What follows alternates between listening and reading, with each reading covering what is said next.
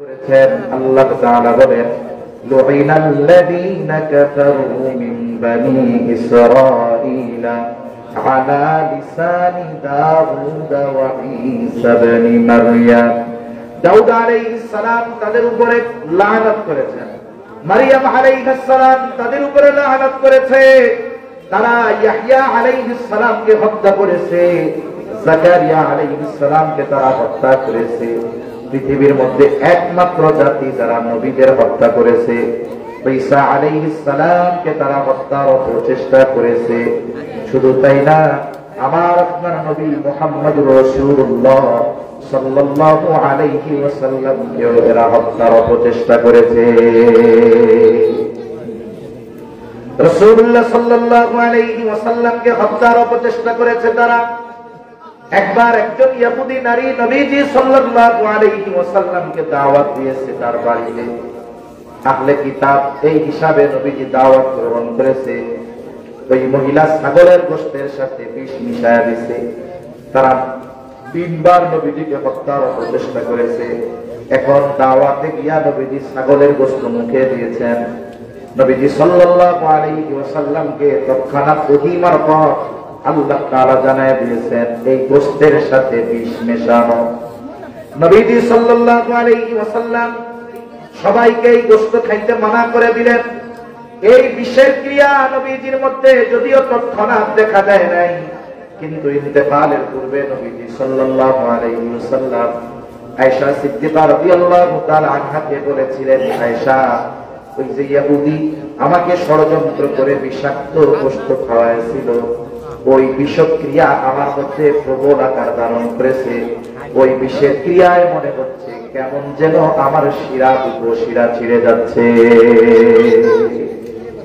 রাসূল আকরাম সাল্লাল্লাহু আলাইহি ওয়াসাল্লাম ওই সময়ও ওই মহিলার উপরে অ্যাকশন নেন নাই, মাফ করে দিয়েছেন, কিছু বলেন। এরপরে আরেকবার ইহুদিদের মধ্যে একটা বিষয় নিয়ে গেঞ্জাম লাগছে, ইহুদি আর মুসলমানদের। নবীজি সাল্লাল্লাহু আলাইহি ওয়াসাল্লাম এই বিষয়ের মীমাংসার জন্য যাবেন। আল্লাহ রাসূল সাল্লাল্লাহু আলাইহি ওয়াসাল্লাম যখন ওই ইহুদি গোত্রের মধ্যে গেছে, নবীজিকে একটা দেয়ালের সাথে বসার ব্যবস্থা তারা করছে, আর এদিক দিয়া ষড়যন্ত্র করছে। দেয়ালের উপর থেকে আমার আপনার নবীর উপরে বড় পাথর তারা ফেলে দিবে, পাথরের আঘাতে নবীজি মারা যাবে, ষড়যন্ত্র করছে। আল্লাহ তাআলা আমার আপনার নবীজিকে আবার ওহী মারফত জানায় দিয়েছে। এরপরে আরেকবার নবীজি সাল্লাল্লাহু আলাইহি ওয়াসাল্লামের চুল নিয়ে ভাঙ্গা চিরুনির মধ্যে 11টা গিট্টু দিয়ে তারা ক্ষতি করার চেষ্টা করেছে। আল্লাহ রাসূল সাল্লাল্লাহু আলাইহি ওয়াসাল্লামের উপরে জাদুর প্রক্রিয়ার প্রভাব পরিলক্ষিত হয়েছে। ওহীর মাধ্যমে নবীজিকে জানায় দেওয়া হয়েছে যে অমুক একটা পরিত্যক্ত কূপের মধ্যে একটা ভাঙা চিরুনিতে আপনার চুল দিয়ে 11টা গিট দিয়ে ক্ষতির চেষ্টা করা হয়েছে। ফেরেশতাদের মাধ্যমে আল্লাহ তাআলা জানায় দিয়েছেন, ওইখান থেকে চিরুনি উঠানো হয়েছে। সূরা নাস ফালাক আল্লাহ তাআলা নাযিল করেছেন, প্রত্যেকটা আয়াত তিলাওয়াত করেছে, আর একটা গিট খুলে গেছে, আর আমার আপনার নবীজির উপর থেকে জাদুর প্রভাব দূর হয়ে গেছে। এইভাবে এরা আমার আপনার নবীকেও হত্যার প্রচেষ্টা করেছে। এদের আরো অভদ্রতার কারণে একটা সময় জাজিরাতুল আরব থেকে এদেরকে বিতাড়িত করা হয়। পৃথিবীর কোথাও গিয়ে তারা স্থির হতে পারে, কারণ যেখানেই গেছে ওখানেই বিশৃঙ্খলা তারা সৃষ্টি করেছে। অথচ এই জাতির প্রতি আল্লাহ তাআলার করুণা কত ছিল। পবিত্র কোরআনুল কারীমের মধ্যে অনেক নিয়ামতের কথা আল্লাহ তাআলা বর্ণনা করেছে। যখন মূসা আলাইহিস সালাতু ওয়াস সালাম বনী ইসরাঈলদেরকে নিয়ে লোহিত সাগর পাড়ি দিয়ে চলে আসছে, আল্লাহ তাআলা ফেরাউনের জুলুম থেকে আল্লাহ তাআলা তাদেরকে নিষ্কৃতি দিয়েছেন। তাদের চোখের সামনে ফেরাউনের করুণ পরিণতি হয়েছে, তারা নিজ চোখে দেখছে। যখন তারা দরিয়ার ওপর পারে সমুদ্র পাড়ি দেওয়ার জন্য অপেক্ষা করতেছে, ফেরাউনের বাহিনীর কাছে যখন খবর চলে গেছে যে মূসা আলাইহিস সালাম তো তার উম্মতদেরকে নিয়ে মিশর ছেড়ে চলে যায়, শত্রু হাতছাড়া হয়ে গেল। 6 লক্ষ সশস্ত্র সৈন্য নিয়ে ফেরাউন মূসা আলাইহিস সালাম আর তার উম্মতের পেছনে দাওয়া করলো। আল্লাহ তাআলা কোরআনুল কারীমের মধ্যে সেই অবস্থার কথা তুলে ধরে বলেন, ফালাম্মা তারাআল জামআনি ক্বালা আসহাবু মূসা ইন্না লামুদরাকুন। বনী ইসরাঈলেরা মূসা আলাইহিস সালামের কাছে বলতেছে, যখন একদল অপর দলকে দেখতে পায়, বনী ইসরাঈলেরা দেখতেছে ফেরাউন তার বাহিনী নিয়ে তাদের দিকে আসতেছে, আর ফেরাউনও দেখতে পায় যে তারা সমুদ্রের পারে দাঁড়ায় আছে, আজকে এদেরকে সমূলে নির্মূল করে দেওয়া হবে। এমত অবস্থায় মূসা আলাইহিস সালামের সাথীরা মূসা আলাইহিস সালামকে বলতেছে, মূসা ইন্না লামুদরাকুন, আমরা তো ধরা পড়ে গিয়েছি, এখন তো বাঁচার কোনো উপায় নাই। তিন দিক দিয়ে ফেরাউনের বাহিনী, একদিকে সমুদ্র, হয়তো ফেরাউনের অস্ত্রের আঘাতে মরতে হবে অথবা সমুদ্রের পানিতে পড়ে মরতে হবে, তার মানে বাঁচার তো আর কোনো উপায় নাই। কিন্তু মূসা আলাইহিস সালাম এই পথে তো নিজে সিদ্ধান্তে আসেন নাই, বরং এই পথে আসার সিদ্ধান্ত যিনি দিয়েছেন তিনি কে? এজন্য শত্রু যদি চতুর্দিকে বেষ্টন করে ফেলে, আমরা যদি ইমানি শক্তিতে বলিয়ান হতে পারি, শত্রুর সংখ্যা যত হোক, আমাদেরকে ওই শত্রুর মোকাবেলায় পথ প্রদর্শন যিনি করবেন তিনি কে? সম্প্রতি একটা খবরে দেখলাম যে মেঘালয় রাজ্যে প্রত্যেকটা বিমান ঘাঁটি আমাদের প্রতিবেশী দেশ ভারী ভারী সমরাস্ত্র আর আধুনিক যুদ্ধ বিমান এনে ওই জায়গায় প্রস্তুত করতেছে। প্রতিবেদক লিখতেছে, ওই বিমান ঘাঁটি থেকে তাদের ফাইটার যে বিমান, যুদ্ধ বিমান, এটা ঢাকায় আসতে মাত্র 5 মিনিট লাগে। এই প্রতিবেদন গুলার দ্বারা কিছু বুঝেননি, সংবাদ তো দিল, কিন্তু এর দ্বারা আমাদের একটা মেসেজ দিচ্ছে না, এটা শুধু একটা জানার খবর না, আমাদেরকে জানাইতেছে বেশি লাফালাফি করো না, ঢাকা উড়াই দিতে আমাদের মাত্র 5 মিনিট লাগবে। কথা বুঝেন নাই মনে হয়? চতুর্দিক দিয়ে ঘিরে ফেলছে সমুদ্র একদিক, তিন দিকে আছে সেনাবাহিনী ফেরাউনের। আল্লাহ রাব্বুল আলামিন ওই অবস্থায় মূসা আলাইহিস সালামের সাথীদের রাস্তার ব্যবস্থা করে দিয়েছে। মূসা আলাইহিস সালামকে যখন তার উম্মতেরা বলতেছে ইন্না লামুদরাকুন, আমরা ধরা পড়ে গিয়েছি, আর মূসা আলাইহিস সালাম তৎক্ষণাৎ তাদের কখনোই ধরা পড়বে না, এখনো পড়বো না, পরেও পড়বো না। অনেক সময় হয় না, শত্রু একবার যদি হাতছাড়া হয়, রাগ তো জমা থাকে, দ্বিতীয়বার যদি পায় পরে সাইজ ডাবল করে। ওদের ভয় হলো যদি এখন কোনো মতে পড়বো না, পরবর্তীতে পড়লে ডাবল সাইজ হওয়া লাগবে, এ চিন্তা করিল না, কখনোই সে আমাদেরকে ধরতে পারবে।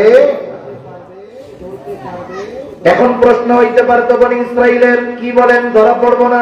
লড়াই করার মতো অস্ত্র নাই, সমুদ্র পাড়ি দেওয়ার মতো কোন বাহন নাই, লড়াই করার অস্ত্র নাই, সমুদ্র পাড়ি দেওয়ার ব্যবস্থা নাই, কি কইরা বলেন ধরা পড়বো না? আমাদের কাছে তো কোনো কিছুই নাই। মূসা আলাইহিস সালাম বলেন ইন্না মাইয়া রাব্বি, ওদের সাথে যা থাকে থাক, আমার সাথে যিনি আছেন তিনি কে? আমার সাথে রব আছে, ধরা পড়বো না। প্রথম কারণ কি? যে আমার সাথে কে আছে? রব আছে, আমার রব। সায়াকদিন, সেই রব পথ দেখায় এই পর্যন্ত আনছে, ওই রব এখনই বাকি পথ দেখায় দিবে। সুবহানাল্লাহ বলেন। আল্লাহ রাব্বুল আলামিন পথ দেখায় দিলেন। আল্লাহ তাআলা বলেন ফাআওহাইনা ইলা মূসা আন ইদরিব বিআসাকাল বাহর ফানফালাকা ফাকানা কুল্লু ফিরকিন কাত-তাওবিল আযীম। আল্লাহ তাআলা ওহী পাঠায় দিলেন মূসা আলাইহিস সালামের কাছে, প্রত্যাদেশ পাঠায় দিলেন আন ইদরিব বিআসাকাল বাহর। মূসা আলাইহিস সালামের সাথে যেই হাতে যেই লাঠিটা ছিল, এটা ছিল ওনার অন্যতম মুআজিজা। আল্লাহ তাআলা আদেশ করলেন লাঠি দিয়া সাগরের উপরে আঘাত করেন। সাগরে আঘাত করলে লাঠি দিয়া কি হবে? একটা ঢেউও হবে না। কিন্তু মূসা আলাইহিস সালাম বলেন নাই কেন মারবো, আদেশ করার সাথে সাথে বাড়ি মেরে দিয়েছে। সুবহানাল্লাহ।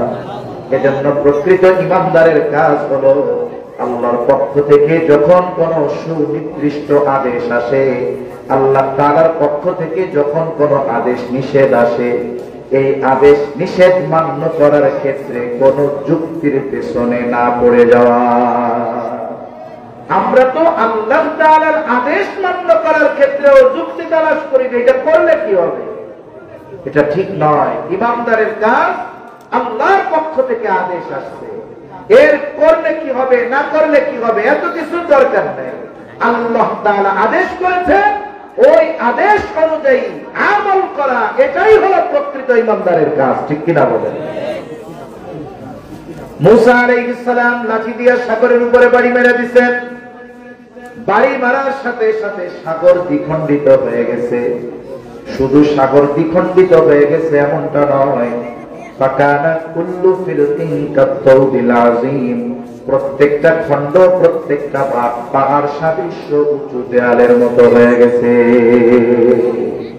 দুই দিকে সরে গেছে, মধ্যে দিয়ে ফাঁকা রাস্তা, শুকনা ঠনঠনা রাস্তা আল্লাহ বানায় দিয়েছে। মুসা আলাইহিস সালামের কিছু বক্তব্য আছে না, যে বড় বড় নেতারা বক্তব্য দেয় নির্বাচনের আগে, দেয় না? এই নির্বাচনের বক্তব্য অধিকাংশ ক্ষেত্রে মুখ আর মাইকে আর কানে বাজে, বাস্তবে পরিণত হয় না কখনো। কিন্তু মুসা আলাইহিস সালাম যে বক্তব্য দিয়েছে কখনো ধরা পড়বো না, কাল্লা, ধরা পড়বো না। কেন? ইন্না মা'ইয়া রাব্বি, নিশ্চয় আমার রব সাথে আছে। ধরা পড়বো না কেন? বলে সায়াহদিন, আমার রব আমারে পথ দেখায় দিবে। সুবহানাল্লাহ বলে। এই বক্তব্যের বাস্তবতা বনী ইসরাঈল সচক্ষে দেখে। এইবার তারা রাস্তা দিয়ে পার হওয়া শুরু করে দিছে। আল্লাহ তাআলা কোরআনুল কারীমের আরেক জায়গায় বলেন, ওয়াজাওয়াজনা বিবানি ইসরাঈলাল বাহরা ফাআতবা'আহুম ফিরআউনু বিজুনুদিহি বাগয়ান ওয়া আদওয়া। আল্লাহ তাআলা জানায় দেন, আমি বনী ইসরাঈলদেরকে সমুদ্র পার করায় দিলাম। যখন বনী ইসরাঈল মাঝ পথ অতিক্রম করলো, ফেরাউন তার বাহিনী নিয়ে সমুদ্রের পাড়ে, রাস্তার পাড়ে চলে আসছে। আয়েশা দেখে বিশাল এক রাস্তা, সে খুব ভালো মতো আমার আপনার চাইতে আল্লাহ তাআলাকে বেশি ভালো ফেরাউন চিনল। মুফাসসিরিনে কেরাম বলেন, যদিও ফেরাউন মানুষের সামনে দিনের বেলায় নিজেরে বলতো আনা রাব্বুকুমুল আলা, আমি হইলাম বড়, কিন্তু রাতের বেলা পা উপরে দিয়া মাথা নিচে দিয়া কান্না করতো আর বলতো, আল্লাহ তুমি সবচেয়ে বড়, কিন্তু আমি তো দুনিয়া চাই, এটা আমারে দেন। তার মানে ফেরাউন আল্লাহরে খুব ভালো মতো চিনে। দেখবেন যেই বেটা ঘুমায়া থাকে, এর ঘুম থেকে জাগানো যায় না। আর যে বেটা আসলে ঘুম, ওরে দুই ধাক্কা দিলেও লাফাইয়া উঠে বসে পড়ে। ফেরাউন তো আল্লাহরে ভালো মতো চিনে। এই জন্যই যখন মুসা আর হারুন আলাইহিস সালাম দুইজন যাইয়া এক রবের দাওয়াত দিতে, না চেনার ভান করে যে নিয়ে বসে, যে সিদ্ধান্তগুলো তার চূড়ান্ত ধ্বংসের কারণ হয়ে যায়। মনে রাখবেন, যেই জমিনের উপরে মুসলমানদের উপরে রক্ত পড়ে, মুসলমানদের রক্তের দ্বারা জমিনের পবিত্রতা বাড়ে। ওই জমিন যেমন চাষ দেওয়ার জন্য পানির দরকার হয়। একটা জমিন যত উর্বর জমিন হোক, বলেন তো ওই জমিন যদি পানির দ্বারা নরম না হয়, ওই জমিনের উপরে যদি আপনি ধান চাষ করেন, ধান জীবনেও হবে না। ওইখানে পানি দরকার। ওই শুদ্ধ জমিন, শুকনা জমিন, মৃত জমিন, এটাকে উর্বর করার জন্য পানি দরকার। অনুরূপ ভাবে যেই জায়গায় ইসলামের জন্য মুসলমানদের রক্ত প্রবাহিত হয়, ওই জমিনকে আল্লাহ তাআলা ইসলামের জন্য অতি দ্রুত কবুল করে নেয়। মনে রাখতে হবে, আপনি আমি অনেক কথা, অনেক বয়ান শুনেছি, নবীজির ভবিষ্যৎবাণী শুনেছি, পূর্ব দিকে এক যুদ্ধ হবে ঈমানদার আর মুশরিকদের মধ্যে। মনে রাখতে হবে, সেই ভবিষ্যৎবাণী অনুযায়ী আমরা হলাম সেই মুসলিম বাহিনী, আর আমাদের পাশে আল্লাহর নবী ঘোষিত সেই মুশরিকেরা ওই যুদ্ধের প্রেক্ষাপট তৈরি করতেছে। মুসলমানদের রক্তে জমিন রঞ্জিত হচ্ছে। মনে রাখতে হবে, ওই বাহিনী বা ওই কাফেলার শামিল যদি আমরা না হতে পারি, তাহলে আমাদের দুনিয়া আখিরাত সব বরবাদ হয়ে যাবে, ঠিক কিনা বলেন? এজন্য মানসিক প্রস্তুতি আমাদের নিয়ে রাখা দরকার। আল্লাহ তাআলা বলেন, বনী ইসরাঈলদেরকে আমি সমুদ্র পার করায় দিলাম।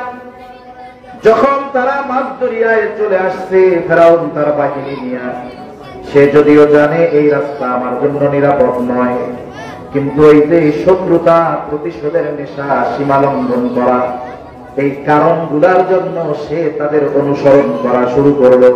আল্লাহ তাআলা বলেন, ফাআতবাআহুম ফিরআউন বিজুনুদিহি বাগয়াও ওয়া আদওয়া। ফেরাউন তার সৈন্য সামন্ত সহ বনী ইসরাঈলদের অনুসরণ করা শুরু করলো। কেন? বাগয়াও ওয়া আদওয়া, সীমালঙ্ঘন করে, শত্রুতা বশত বনী ইসরাঈলদের সমূলে নির্মূল করার লক্ষ্যে, হত্যা করার নেশায়, রক্তপাতের নেশায় এবার সে তাদের পিছনে অনুসরণ করা শুরু করলো। বনী ইসরাঈলেরা সমুদ্রের অপর পাড়ে উঠে গেছে। এখন যাদের জন্য আল্লাহ রাস্তা বানিয়েছেন, ওই রাস্তা ব্যবহার শেষ, প্রয়োজন শেষ। বলেন তো, এখন আর ওই রাস্তার দরকার আছে নাকি? আপনাদের রাস্তা দিয়ে আসার সময় কয়েকটা নতুন ব্রিজ পাইছি। ব্রিজের পাশ দিয়া, ব্রিজ কমপ্লিট হওয়ার আগে একটা পার্শ্ব রাস্তা ছিল। বলেন তো, এখন যদি কেউ গিয়া গভর্নমেন্টের কাছে বলে আমরা 6 মাস 9 মাস 1 বছর ওই রাস্তা দিয়া চলছি, এখন ব্রিজ হয়ে গেছে, ওই রাস্তাটার আর কোনো দাম নাই, তাই না?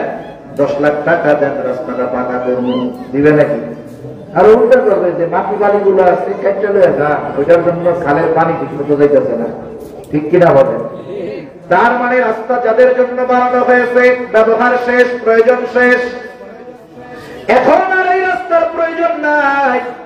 আল্লাহ তাআলা পানিকে নির্দেশ দিলেন, পানি তুমি আগের অবস্থায় ফিরে যাও। আল্লাহ তাআলা হলেন এমন এক মহান সত্তা, আল্লাহ তাআলা যখন কোনো কিছু ইরাদা করেন, ইচ্ছা করেন, শুধু বলেন হও, সেটা তৎক্ষণাৎ হয়ে যায়। আল্লাহ তাআলা বলেন, ইন্নামা আমরুহু ইযা আরাদা শাইআন আন ইয়াকুলা লাহু কুন ফায়াকুন। আল্লাহ তাআলা যখন কিছু ইচ্ছা করেন, শুধু বলেন হও, তৎক্ষণাৎ সেটা হয়ে যায়। এইবার দুই দিকের পাহাড় সদৃশ্য পানির এই উঁচু দেয়াল একসাথে ফেরাউন আর তার বাহিনীর উপরে একসাথে আসলা পড়ছে। স্বাভাবিক ঢেউয়ের তোড়ে মানুষ অনেক সময় গহীন সমুদ্রে চলে যায়, মারা যায়। পানি যদি একসাথে পড়ে, বাঁচার আর উপায় নাই, একটাও নিচের থেকে আসতে পারে না।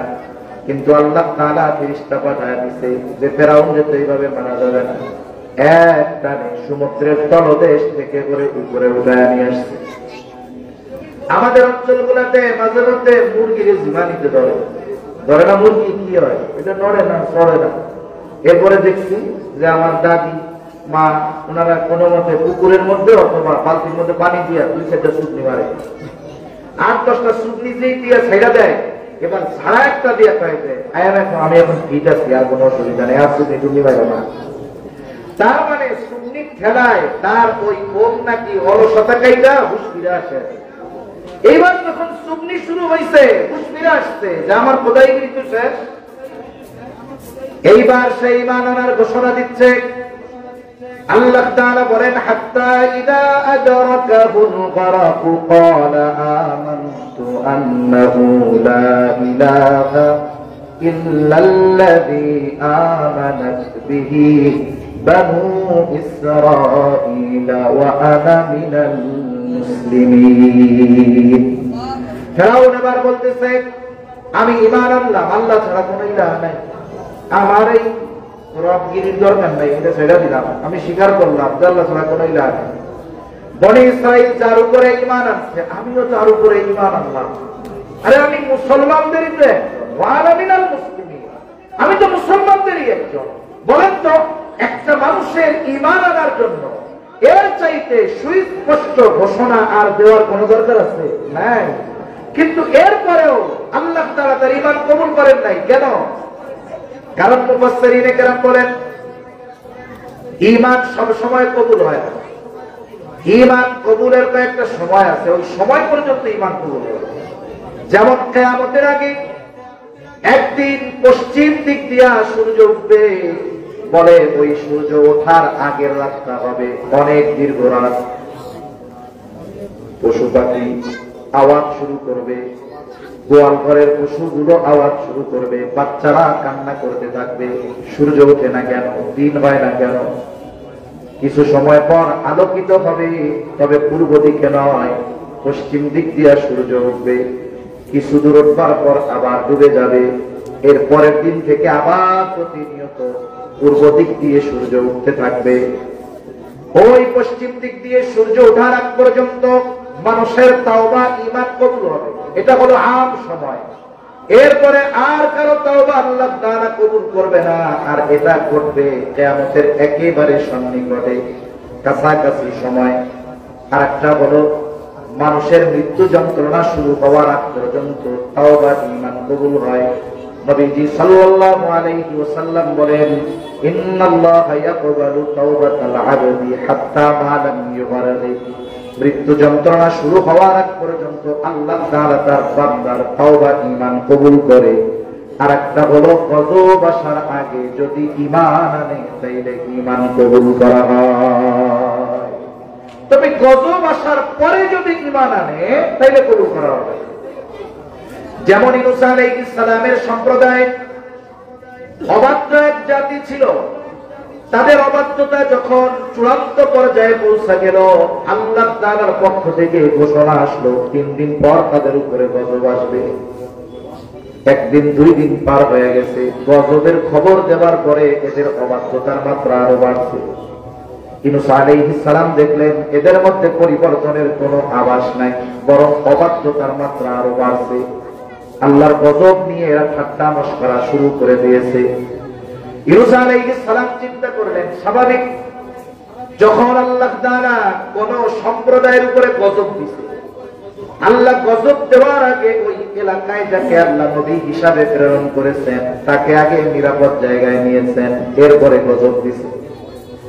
অতীতের এই বিষয়টাকে সামনে রেখে আল্লাহ তাআলার পক্ষ থেকে নির্দেশ আসার আগে ঈসা আলাইহিস সালাম এলাকা ছেড়ে চলে গেলেন। যেই দিন গজব হবে ওই দিন সকালবেলা সকলে দলে দলে ঈসা আলাইহিস সালামের বাড়িতে আসছে। কোথায় ঈসা আলাইহিস সালাম? আজকে নাকি গজব আসবে, মজা করার জন্য আসছে। বাড়িতে এসে দেখে বাড়িতে কোনো লোক নাই, একেবারে খালি। তারা চিন্তা করলো আশেপাশে কোথাও গেছে কিনা। কয়েকজনকে পাঠায় দিছে, যাও আশেপাশে কোথাও ঈসা আলাইহিস সালাম আছে কিনা একটু খোঁজ খবর নিয়ে আসো। তারা দীর্ঘ সময় তন্ন তন্ন করে খুঁজে এসে বলে কোথাও তার কোনো খবর নাই।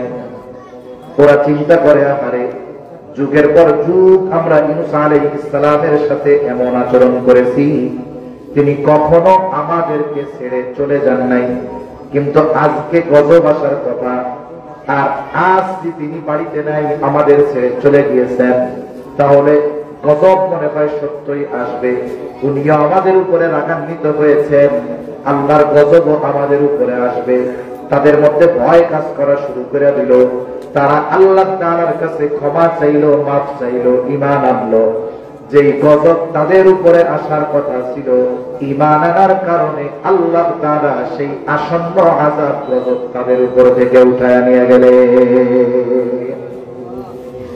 ঈসা আলাইহিস সালামের সম্প্রদায় ঈমান আনছে, আল্লাহ কবুল করেছেন। কেন?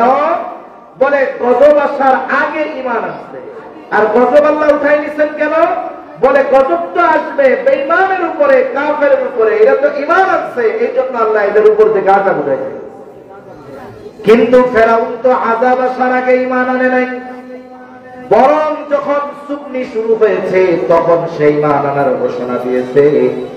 এই জন্য আল্লাহ তাআলা সুস্পষ্টভাবে ঈমানের ঘোষণা দেওয়ার পরেও ফেরাউনের ঈমান তওবা আল্লাহ তাআলা কবুল করে না। এই যে ফেরাউন যে লোহিত সাগরের মধ্যে দুইবার সলিল সমাধি ঘটল ফেরাউনের, সমুদ্রের অপর পারে দাঁড়িয়ে একেবারে সচক্ষে বনি ইসরাইলরা এই দৃশ্য দেখছে। এর মাধ্যমে কি হলো? মুসা আলাইহিস সালামের যে বক্তব্য, এর সত্যতা তারা নিজের চোখে দেখলো। ধরা কখনোই করবো না। কেন করবো না? কারণ আজকেই ফেরাউনের শেষ দিন। চোখের সামনে ফেরাউন শেষ। দ্বিতীয়ত ধরা পড়বো না কেন? রব সাথে আছে, রাস্তা বানায় দিবে। আল্লাহ সমুদ্রের মধ্যে দিয়ে রাস্তা বানায়। বলেন তো, এই বিষয়টা যদি কোন দুর্বল ইমানদার দেখে, বেঈমানও যদি দেখে, আল্লাহর এই কুদরত দেখার পরে আল্লাহর উপরে এবং তাদের উপরে, তাদের কাছে যে নবী ছিল তার উপরে আস্থা, আল্লাহর প্রতি ঈমান, এগুলো আরো বাড়ার কথা ছিল। ঠিক কিনা বলেন? এত বড় নিয়ামত তারা পাইছে যে আল্লাহ তাআলা সমুদ্রের মধ্যে দিয়ে রাস্তা বানায় দিছে, পরবর্তীতে যেন কোনো চিন্তা না আসে মাথার মধ্যে, এই জন্য চোখের সামনে ফেরাউনকে শেষ করে দিচ্ছে। কিন্তু এদের পরিণতি কি হইল? এই নিয়ামতটা পাওয়ার পরেও ওই পারে গিয়ে এখন তারা টেনশন করতেছে, থাকবো কোথায় আর খামো কি। চিন্তা করছেন? সমুদ্রের ওই পারে গিয়ে তাদের টেনশন এখন কি, থাকবো কোথায়, খাবো কি। যেই আল্লাহ সমুদ্রের মধ্যে দিয়ে রাস্তা বানাইতে পারে, ওই আল্লাহ তাদের খাওয়ানোর ব্যবস্থা করতে পারে কি পারে না? তারাই শরীর ভালো ছিল, মাথা গোজার ঠাই তো কিছু ছিল। হ্যাঁ, আল্লাহ তাআলা তাদের জন্য মেঘমালারে ফাঁদ বানায় দিয়েছেন। আল্লাহ তাআলা বলেন, ওয়াযাল্লালনা আলাইকুমুল গামামা ওয়া আনজালনা আলাইকুমুল মান্না ওয়াসসালওয়া। থাকবো কোথায়, খাবো কি, মাথার উপরে তো কিছুই নাই। আল্লাহ তাআলা তাদের জন্য মেঘমালারে ফাঁদ বানায় দিলেন। সাথে সাথে আল্লাহ তাআলা আসমানি খাবারের ব্যবস্থা তাদের জন্য করলেন। মান্না সালওয়ার ব্যবস্থা আল্লাহ তাদের জন্য করেছে। আল্লাহ সুবহানাহু ওয়া তাআলা তাদেরকে মূলত জেরুজালেমের কর্তৃত্ব পুনরায় তাদের কাছে ফিরাইয়া দিতে চাচ্ছিলেন।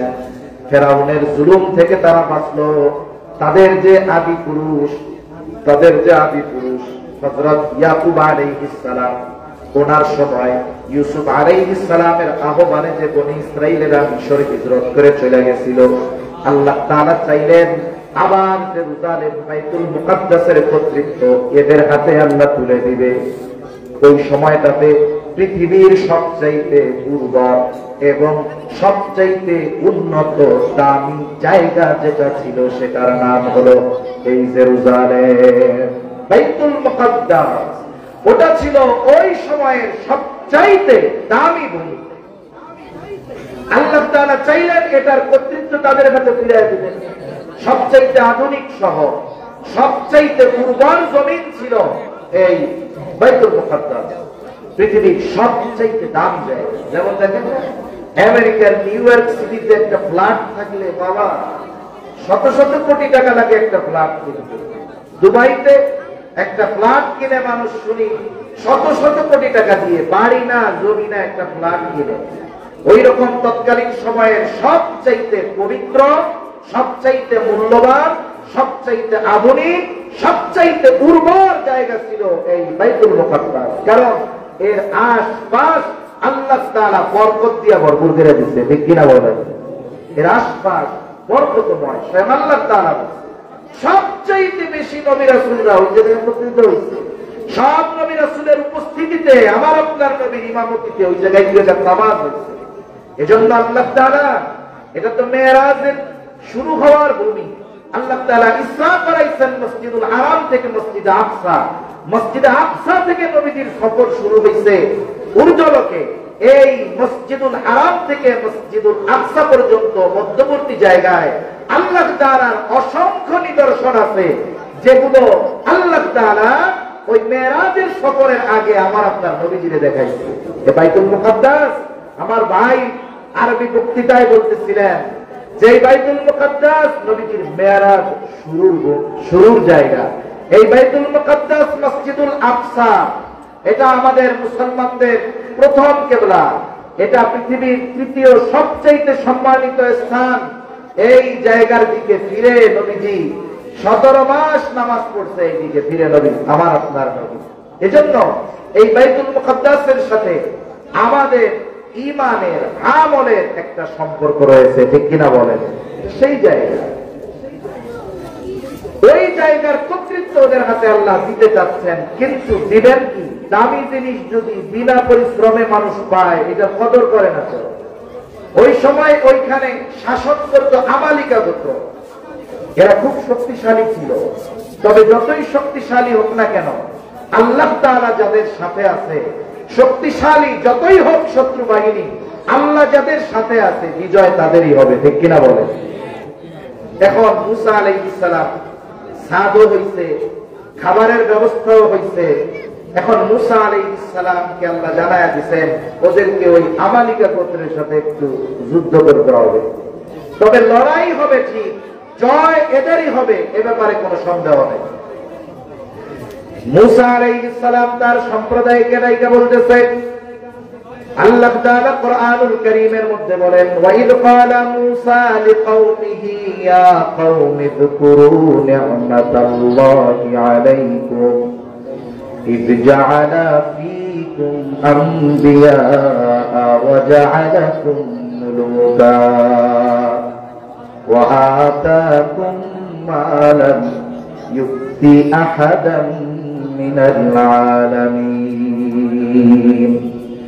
আমি যেই কথা বলতেছিলাম যে আল্লাহ তাআলা এই জাতিকে কত নেয়ামত দিয়েছে, কোরআনুল কারীমে সূরা বাকারার মধ্যে ধারাবাহিকভাবে বনী ইসরাইলকে প্রদত্ত অনেকগুলো নেয়ামতের কথা আল্লাহ বর্ণনা করেছেন। আবার এই নেয়ামতগুলোর বিপরীতে তাদের যে নাশকরি, এগুলোর বিষয়েও আল্লাহ তাআলা উল্লেখ করেছে। মুসা আলাইহিস সালাম তাদেরকে যুদ্ধের নির্দেশ দেওয়ার আগে নেয়ামতের কথা স্মরণ করায়। কারণ অনেক সময় আছে আপনি যদি আমাকে কঠিন কোন বিষয়ের আদেশ দিতে চান, আর অতীতে যদি আমার প্রতি আপনার কোন অনুগ্রহ থাকে, আদেশ দেওয়ার আগে যদি ওই অনুগ্রহের কথা আমার একটু স্মরণ করায় দেন, তাহলে স্বাভাবিকভাবে আমার বিবেক বলবে, আরে যেই ব্যক্তি অতীতে আমার জন্য এত কল্যাণকর কিছু করেছে, আজকে তার আদেশটা কষ্ট হলেও আমার মান্য করা দরকার। ঠিক কিনা বলেন? এই জন্য জিহাদের আদেশ দেওয়ার আগে মুসা আলাইহিস সালাম আল্লাহ প্রদত্ত বনী ইসরাইলদেরকে দেওয়া কিছু নিয়ামতের কথা উল্লেখ করতেছে। মুসা আলাইহিস সালাম তার সম্প্রদায়কে বলতেছে, আল্লাহ তাআলা বলেন, ওয়াইদ ক্বালা মূসা লিকাওমিহি ইয়া কওমি যকুরু নি'মাতাল্লাহি আলাইকুম ইয জাআলা ফীকুম আমবিয়া ওয়া জাআলাকুম মুলুকা। মুসা আলাইহিস সালাম বলেন, ওয়াযকুরু নি'মাতাল্লাহি আলাইকুম, আমার সম্প্রদায় তোমরা ওই সমস্ত নিয়ামতের কথা স্মরণ করো যেগুলো আল্লাহ তোমাদের দিয়েছে। কি নিয়ামত দিয়েছে? স্বাভাবিকভাবে নিয়ামতটা যদি এক হিসাবে ধরি তাহলে দুই ধরনের হয়। একটা হলো ইহলৌকিক, আর একটা হলো পরলৌকিক। একটা হলো দুনিয়াবি, আর একটা হলো পরকালীন সম্পৃক্ত। পরকালীন সম্পৃক্ত অথবা জাগতিক সম্পৃক্ত সবচাইতে বড় নিয়ামত হলো নবুয়ত। নবুয়তের মতো মর্যাদাপূর্ণ সম্মানজনক নিয়ামত আর কিছু হইতে পারে না। এজন্য এক নম্বরে তিনি বলতেছেন, ইয জাআলা ফীকুম আমবিয়া, তোমাদের মধ্য থেকে আল্লাহ তাআলা অনেক নবী প্রেরণ করেছেন, নবী বানিয়েছে। বনী ইসরাইলের নবীর সংখ্যা কত? মুহাম্মাদুর রাসূলুল্লাহ সাল্লাল্লাহু আলাইহি ওয়াসাল্লাম বলেন, বনী ইসরাইল কখনো নবী শূন্য হয় নাই। ঈসা আলাইহিস সালাম পর্যন্ত তারা কখনো নবী শূন্য হয় নাই। একজন মারা গেছে তো আল্লাহ তাআলা আর একজনকে নবুয়ত দিয়া ওই শূন্য স্থান আল্লাহ পূরণ করে দিয়েছে। এরা হলো এমন এক বংশ, যেই বংশ কখনো নবী শূন্য হয় নাই ঈসা আলাইহিস সালাম পর্যন্ত। এর চাইতে বড় মর্যাদা কি হইতে পারে? একদিন এক খবরে দেখলাম, এক গ্রামের ব্যাপারে খুব আকারে একটা খবর প্রচার হইতেছে। খবর কি বলে, এক গ্রামে এই বছর 8 জন বিসিএস ক্যাডার হচ্ছে। কয়জন? 8 জন বিসিএস ক্যাডার। কোন বংশে যদি 2-4 জন বিসিএস ক্যাডার থাকে, ওই বংশের মানুষ গ্রামের অন্যান্য বংশের উপরে মুখ বুলায় কথা করে, চেনো আমরা ক্যাডার? আমাদের বংশে 5টা বিসিএস ক্যাডার আছে। গর্বের সাথে বলে, কি বলে না? দুনিয়াবি একটু সামান্য উচ্চ চাকরিধারী হলে তারে নিয়ে মানুষ গর্ব করে, অথচ যেই বংশে ধারাবাহিকতার ক্রমান্বয়ে নবী রাসূলগণের আগমন ঘটেছে, তাহলে ওই বংশের জন্য এটা আল্লাহর পক্ষ থেকে কত বড় নেয়ামত ছিল। শুধু যে আল্লাহ তাআলা তাদেরকে এই মর্যাদা দিয়েছে তা নয়, জাগতিক মর্যাদার মধ্যে সবচাইতে উচ্চ মর্যাদা হলো বাদশাহী রাজত্ব। মুসা আলাইহিস সালাম এই কথাও বলতেছেন, ওয়া জাআলাকুম মুলুকা, যে আল্লাহ তাআলা তোমাদেরকে দুনিয়ার বাদশাহীও দান করেছে। দাউদ আলাইহিস সালাম, সুলাইমান আলাইহিস সালাম, যদি মুসা আলাইহিস সালামের পরে, কিন্তু বনি ইসরাইলের মধ্যে আল্লাহ তাআলা এইরকম বড় বড় বাদশাহ দান করছে।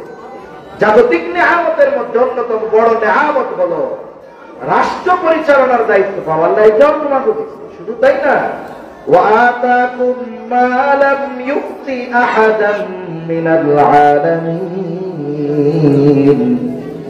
বলে আল্লাহ তাআলা তোমাদেরকে যে নেয়ামত দিয়েছে, গোটা বিশ্ব জগতে এইরকম নেয়ামত আর কাউকে আল্লাহ দেয় না। তোমাদেরকে আল্লাহ এমন কিছু নেয়ামত দিছে যা গোটা পৃথিবীতে আর কাউকে দেয় না।